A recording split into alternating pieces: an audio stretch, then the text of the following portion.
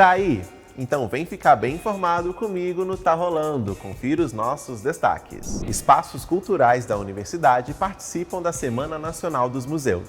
O FJF lança o documentário Cuidado e Liberdade sobre a luta antimanicomial. Pró-Reitoria de Pós-Graduação em Pesquisa informa: tem novidade para as mães pesquisadoras e coordenadores de projetos de iniciação científica. Cerimônia de posse da diretoria movimenta a Faculdade de Enfermagem. Novo projeto pedagógico é tema da Semana de Arquitetura e Urbanismo. Vem comigo que o Tá Rolando já começou!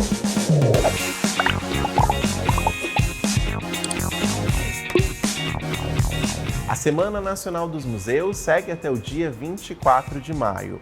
Os espaços museológicos da UFJF contam com a programação especial. Um desses espaços é aqui, no Memorial Presidente Itamar Franco. A nossa equipe acompanhou uma oficina de cianotipia. Você quer saber o que é isso? Acompanhe na reportagem.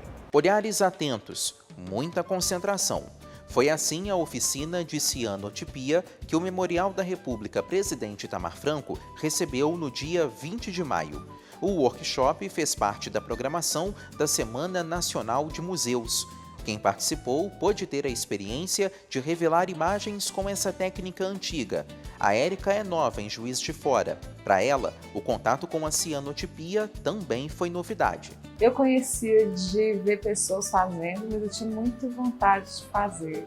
Nossa, eu gosto de buscar oficinas para ir conhecendo gente, conhecendo equipamento. Eu gosto muito dessa coisa da oferta do equipamento público ligado à pesquisa, ligado à universidade. Quem também fez a oficina foi o Ariel. Ele é artista, formado pela UFJF e teve a oportunidade de conhecer a cianotipia mais a fundo. Eu já conhecia o processo teoricamente, mas eu nunca fiz a prática dele. Então, foi uma oportunidade de conhecer um pouco mais de uma coisa que eu tinha interesse e acabar aplicando isso. A cianotipia é um processo fotográfico artesanal com origens no século XIX. Ela é baseada na reação da luz com uma mistura química. O que acontece é que essa mistura muda de cor, resultando nesse azul, chamado de azul da Prússia.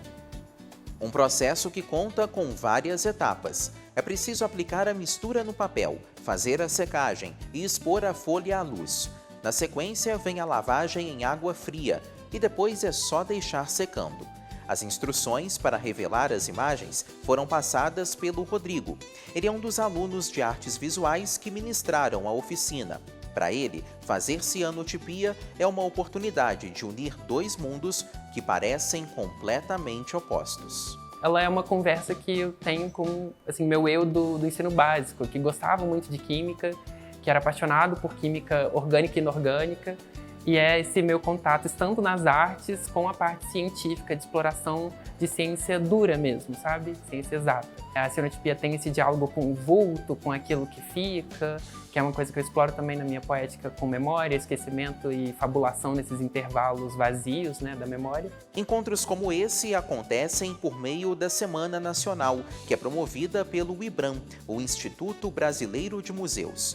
O tema da 24ª edição do evento é Unindo um Mundo Dividido. E esse tema, ele dialoga diretamente com uma campanha que a gente iniciou aqui no Memorial da República Itamar Franco, em março desse ano, que é a campanha Memorial da Gente.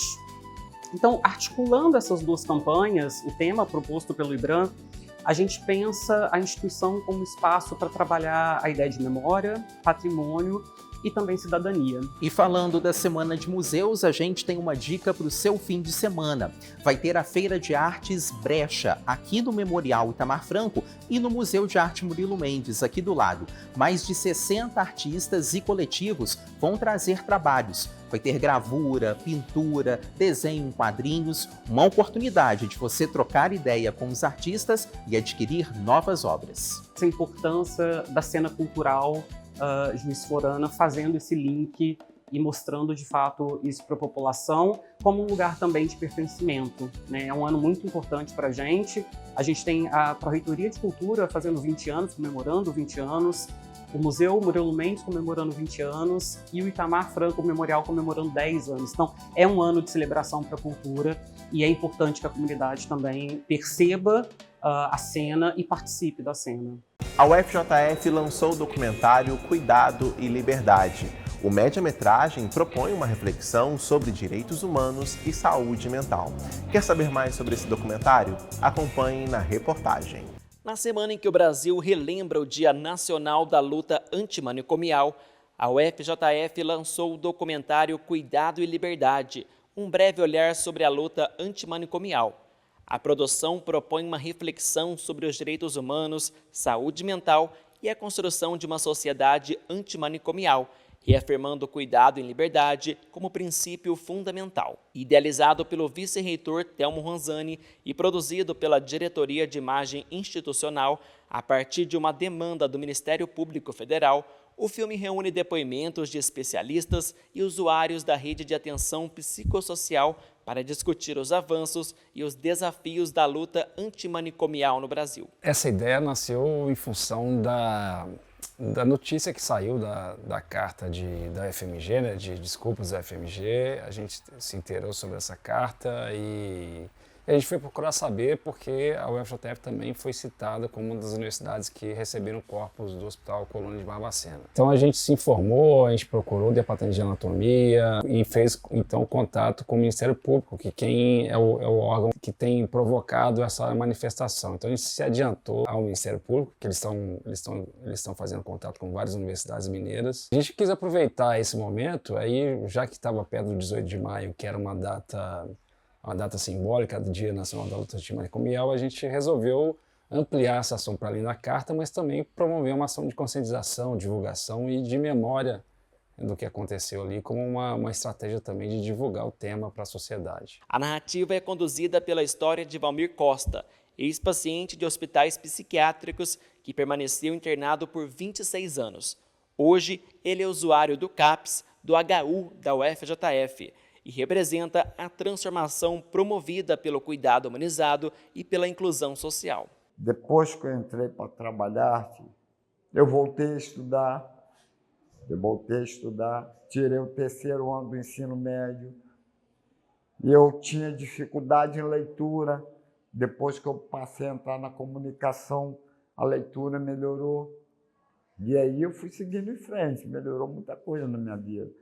Hoje eu sou uma nova pessoa. Ao longo do documentário, 7 profissionais de diferentes áreas, entre eles psicólogos, enfermeiras, professores, um militante da causa e um médico psiquiatra, ajudam o público a compreender a trajetória histórica do movimento antimanicomial. O filme resgata o início dessa discussão ainda na Revolução Francesa, quando o médico francês Philippe Pinel realizou uma reforma psiquiátrica, ao defender tratamentos mais humanizados, condenando o uso de correntes e propondo práticas baseadas na dignidade, na escuta e no cuidado terapêutico. E o Pinel falou que acreditava que se eles tivessem liberdade e cuidado, né, que eles seriam diferentes. Ninguém acreditou nele. Falaram, animal? Como é que a gente vai tratar animal desse jeito? Então, o mito de origem da psiquiatria, né, é isso, é o rompimento das correntes. Tem quadros, né, pinturas famosas, mostrando o Pinel lá, cortando as correntes. No Brasil, o documentário percorre o processo de construção da política de saúde mental a partir da década de 1980, período em que começaram os debates no Congresso Nacional sobre a Lei 10.216. A legislação, promulgada em 2001, após mais de 10 anos de discussões, consolidou a importância do tratamento em liberdade e da substituição progressiva dos hospitais psiquiátricos por serviços comunitários de atenção psicossocial. Desconstrói aquela ideia da internação psiquiátrica, do manicômio. Não que a internação psiquiátrica ela deixa de existir, muitos casos, né? Casos mais graves de esquizofrenia, quadros bipolares, depressões graves, com ideação suicida, ainda necessitam de internação, mas agora o foco passa a ser o cuidado em liberdade, o cuidado ambulatorial, né? E aí ganha importância nesse contexto os CAPs. O lançamento do filme também funciona como uma ação de conscientização. Mesmo após 25 anos da criação da lei, especialistas alertam que os princípios da reforma psiquiátrica ainda enfrentam ataques e tentativas de retrocesso. Existe um movimento, né, que alguns estudiosos chamam estão chamando de contra-reforma, né? Contra por quê? Porque é contra esse processo todo, né? E que fazem realmente tentativas para, não sei se voltaria ao que era antes, mas para não avançar como poderia avançar. A proposta da obra reforça a necessidade de substituir práticas de exclusão por políticas de inclusão, mostrando como o acolhimento em liberdade pode contribuir não apenas para a recuperação dos usuários, mas também para uma sociedade mais humana e democrática. O cuidado em liberdade pressupõe democracia, né? Se é isso, em liberdade pressupõe democracia. Então, não tem democracia, então não tem cuidado em liberdade. Uma coisa fala com a outra. O documentário já está disponível no canal TV UFJF no YouTube. Nós conversamos com a pró-reitora de pós-graduação em pesquisa sobre os novos editais abertos para pesquisadores. A gente começa pelas chamadas para projetos de iniciação científica. Até dia 2 de junho são abertas inscrições para os programas de iniciação científica da UFJF. São 3 oportunidades, 3 editais diferentes em que os docentes, os professores e as professoras da UFJF podem inscrever os projetos para poder concorrerem a bolsas de iniciação científica. Dentro das oportunidades, a gente tem o nosso maior programa, que é o nosso programa BIC-PIBIC, onde contemos as bolsas que são do CNPq e da UFJF para contemplar os projetos mais bem avaliados. Nosso segundo edital é para as ações afirmativas, onde o edital é dedicado, então, a projetos que estejam dispostos a receber estudantes que são alvo das ações afirmativas da universidade. Dentre eles, a gente coloca os estudantes pretos e pardos e também coloca os estudantes oriundos de escola pública. O nosso outro edital, que é o nosso edital vinculado às programa de iniciação tecnológica, ele tem projetos muito mais vinculados ao desenvolvimento de tecnologia e cujos produtos terão um impacto direto em inovação. Então, essas 3 oportunidades estão abertas, os professores devem acessar o SIGA para poder fazer as inscrições dos projetos, logo em seguida eles serão avaliados pelo comitê assessor e então nós saberemos quais serão os projetos contemplados. Agora a pró-reitora vai falar sobre uma novidade, é o CAPES Aurora, projeto que oferece bolsas para mães cientistas. A CAPES abriu inscrições para o programa Aurora, que é um programa que visa apoiar as docentes que estão grávidas ou que já têm filhos até 2 anos de idade, que tiveram suas carreiras impactadas pela maternidade, com o objetivo de estimular que elas se mantenham na pesquisa e na pós-graduação. A CAPES vai proporcionar que cada uma dessas docentes possa submeter um projeto para pleitear uma bolsa de pós-doutorado para ter uma estudante que apoie a produção científica desse grupo de pesquisa. As docentes que estão grávidas no primeiro trimestre da gravidez ou que tenham filhos até 2 anos de idade podem submeter esses projetos no sistema interno da CAPES, no SCBA, e dentro da submissão do projeto elas têm que informar qual é a estudante que vai estar diretamente vinculada. Os projetos serão avaliados e os projetos mais bem avaliados terão a concessão das bolsas e as docentes então poderão ser acompanhados por um estudante de pós-doutorado. O edital ele prevê inscrições em períodos específicos e nessa primeira etapa ele está disponível para 300 bolsas e por isso então nós estimulamos que todas as docentes dos programas de pós-graduação que estejam na condição então de gestantes ou tenham filhos até 2 anos de idade se candidatem. O edital ele está presente no site da CAPES, no programa Aurora e as inscrições são pelo SCBA, que é o sistema próprio da CAPES de submissão de projetos. A Semana de Arquitetura e Urbanismo rolou entre os dias 18 e 22 de maio. Em pauta, as mudanças no projeto político-pedagógico do curso. Eu fui até lá e te mostro como foi. A UFJF recebeu a Semana de Arquitetura e Urbanismo. No centro do debate foram discutidos o novo projeto político-pedagógico em conformidade com as diretrizes curriculares nacionais. O evento contou com apresentações de palestras, seminários, mesas redondas e até exibição de documentário. Acompanhe com a gente como foi o evento.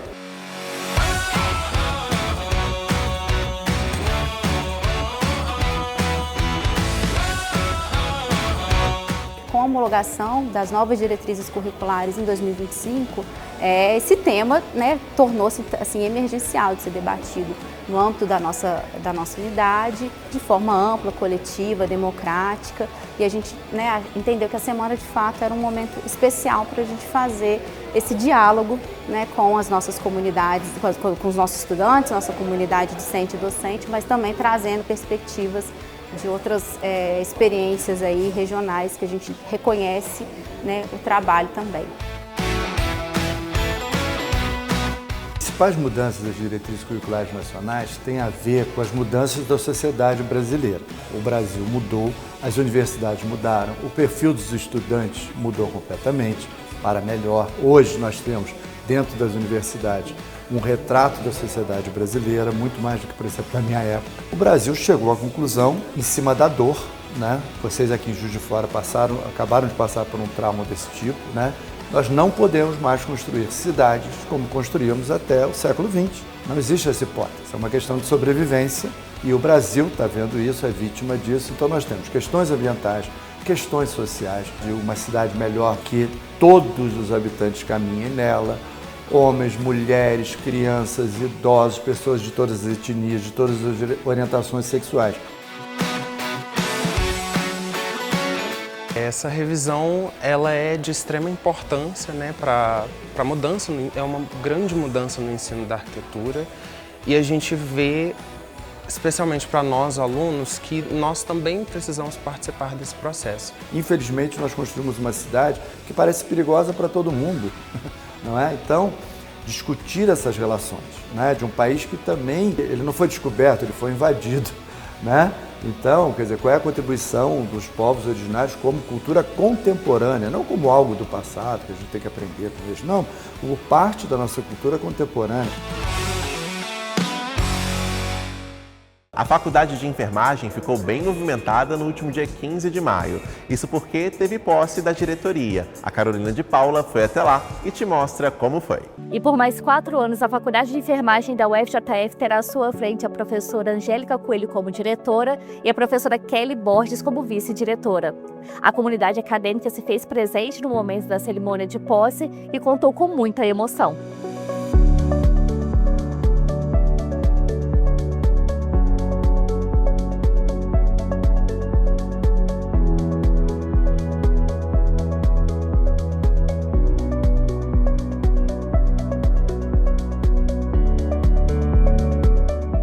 Olha, a expectativa é de que a gente consiga fazer uma gestão, assim como no primeiro mandato, uma gestão compartilhada, participativa, com o envolvimento de toda a nossa comunidade acadêmica, né? Eu tenho muita gratidão, né, não só pela nossa comunidade acadêmica, mas por toda a comunidade UFJF, né, por todas as pessoas que trabalham junto com a gente para avançar, né, e encarar esses desafios. Professora Kelly, a gente já trabalha juntas há 13 anos, porque nós somos do mesmo departamento, dividimos as mesmas disciplinas na graduação e algumas disciplinas também na pós-graduação, além de uma amizade também, né, de cunho pessoal. Então, assim, não tinha como não continuar com a professora Kelly em função da competência, o compromisso, a responsabilidade e a parceria dela durante esse mandato, né, que a gente encerrou. Bom, eu acho que a Angélica é uma professora muito corajosa, digamos assim, por querer mais esses 4 anos e ela me convidou para compor ainda, né, mais esse próximo desafio com ela. A gente acredita que esses próximos 4 anos vão ser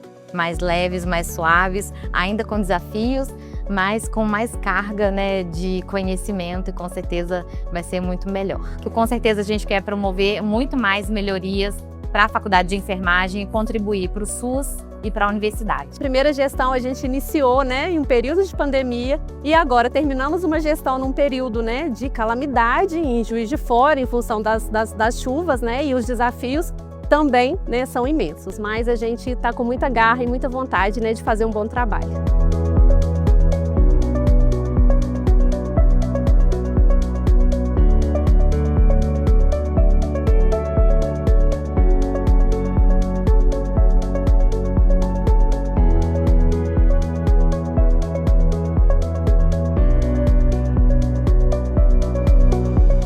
Eu não tenho nenhuma dúvida que a maneira como elas conduziram a faculdade no primeiro mandato, elas vão continuar conduzindo nesse segundo mandato, tendo o apoio de toda a comunidade, participando dos debates da universidade para o fortalecimento dessa instituição comprometida com o ensino público de qualidade. Tá? Então, nós desejamos muito sucesso para Angélica e Kelly, mais um período de gestão das duas professoras de muito sucesso. Ponto final nessa edição do Tá Rolando. Muito obrigado pela companhia. Beijos, beijos e até semana que vem.